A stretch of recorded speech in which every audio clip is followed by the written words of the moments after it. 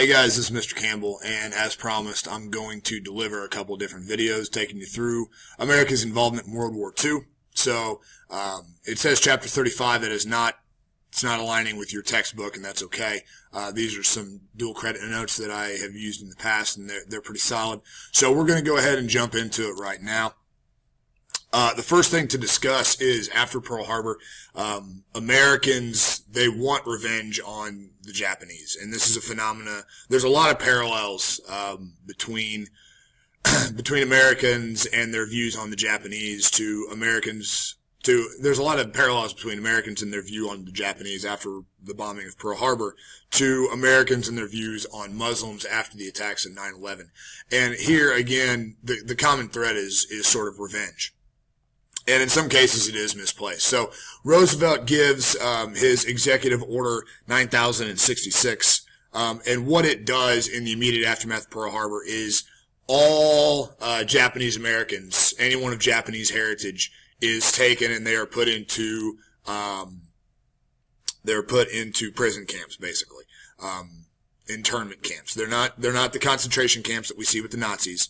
They're not work camps, again, like we see in Europe with Nazi Germany. They're simply internment camps. They are designed to sort of isolate Japanese Americans from the rest of the population, so that one can sort of keep an eye on them. And again, this all stems from distrust. It had been widely reported that there was a spike in Japanese tourists to the island of Hawaii in the months and in the year leading up to the Pearl Harbor attack. And so there was the belief that they had been doing some kind of reconnaissance work, that they had been taking pictures of vulnerabilities of the island and things like that. So Roosevelt uses his executive power in Executive Order 9066 to take about 110,000 Japanese Americans and put them into these prison camps over about a 3-year period. And in a lot of cases, as you can see here on these pictures, especially the one there in the top left, and then again there in the top right, these people simply are just told to pack what they can. You have a half an hour, you have 45 minutes, however long, to pack whatever you can, and then we got to go. So you would actually have almost entire towns in some cases that overnight would be packed up and all of their inhabitants would be gone. It would become a virtual ghost town. Really unfortunate things. Now, these communities tended to be fairly strong. You would see things like barbershops, like you see down there in the bottom picture. You would have barbershops pop up. You would have stores pop up in these camps. So that they did have kind of a communal feel to them, but still really, really restrictive in terms of what Japanese Americans are and are not allowed to do. Now, there is an effort to fight this legally. Now we begin to draw parallels with Jackson almost in the Indian Removal Act. Korematsu versus the United States. This is a challenge to internment in 1944, but the Supreme Court actually upholds the order because of military urgency. Basically, we are at a state of war at this point with Japan, and this is something that is necessary to protect the country. It is worth noting that no Japanese American has ever tried as a spy. There are never any charges brought up on any Japanese Americans for any sort of traitorous or treasonous activities. And then later in 1988, victims and families of victims of this internment are given a financial reimbursement for their hardship. In a lot of ways, it's probably too little too late. $20,000 is not an insignificant sum of money, even in 1988. But still, when you consider that, again, a lot of these people lost their lives, they lost their jobs, they lost their homes because they were forced to move. And then in 1946, when these internment camps are broken up, they're basically left with a little bit of nothing.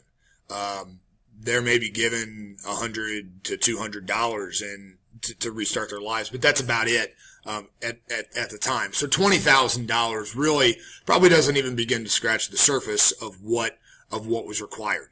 And so you have the internment of Japanese Americans. Now, sort of moving past that,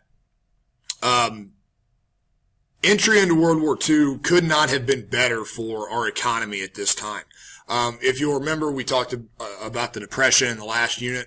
The unemployment rate dropped from about 15% in 1940, which, as you'll remember, we talked about, is still not great. Normal unemployment for this time period would have roughly been about 3 to 5%. It was as high as 25 or 30. So 15 is not nearly as bad as it was, but still not very good. It drops from 15 in 1940 to 1% in 1944. This effectively ends the Great Depression. Now, the national debt also explodes. There is some ambiguity among historians. It's probably more World War I and not the New Deal that causes the rise in debt, in our national debt. But it's also the war that actually gets us out of the Depression, not the New Deal. So, in terms of which one is more, was the New Deal successful? This is what makes that question really ambiguous.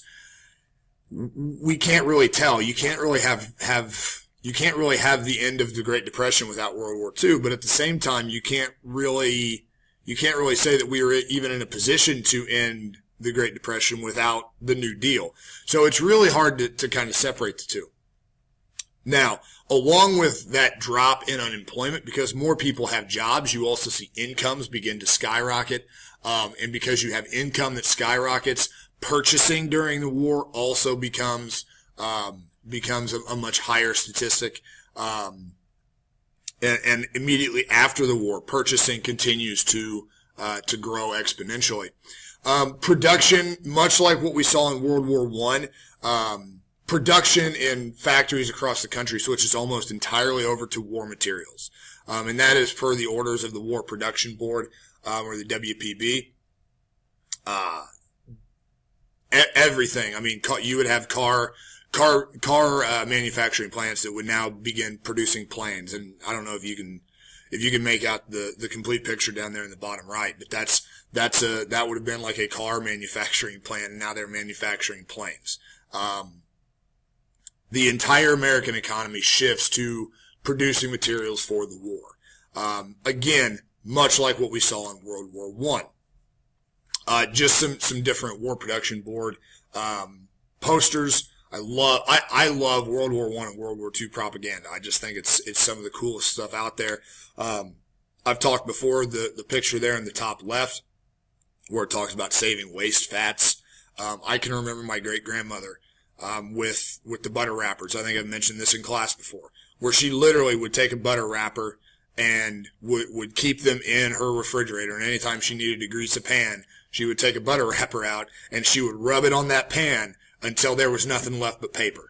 And that all goes back to that mentality that we have to save our waste fats, because if we save waste fats, we don't have to go out and buy them. We don't have to go out and buy butter. We don't have to go out and buy lard. If you're not familiar, lard is simply animal fat that is used to cook. That was a huge deal, because by not having to go out and buy those new products could then be put towards the war effort. You could send those products overseas to soldiers who were fighting in the field. Really, really important that this happens. And then also you get things like tin that families try to save. And then plus you got just all your various propaganda pieces that are aimed at specifically Hitler and Nazi Germany, or the Japanese, which we'll see one of those here in just a minute. So some other random facts, again, talking about the rise in pay. The average American paycheck rises about 35%, which is a very significant jump, because now we're talking about percentages. We're not talking about dollar figures. So 35%, whether you're talking 1940 or whether you're talking 2010, 35% is a very significant increase. Also, we see the suspension of programs like the AAA that we talked about. That was Roosevelt's attempt to sort of jumpstart the agricultural industry. We see suspension of that, so you have increased agricultural production. Again, that excess production is going to the war effort.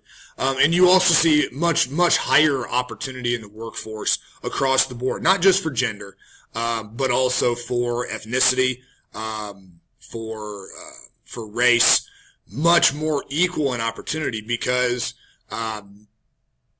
your young white males who would typically fill a lot of these positions, they're now going into the war, and they're joining the Army, they're joining the Navy, and they're going off to fight in the war. So naturally, you need somebody to replace them in their positions in factories and in industry and things of that nature. So you see the rise in opportunity in the workforce really out of necessity than anything else. I'm going to stop this video right here. We'll pick up on the next one with raising money in an army and sort of trying to gear up for the war, and then we'll also get into the actual war effort a little bit at that point as well. So this is the end of part 1. There's more to come.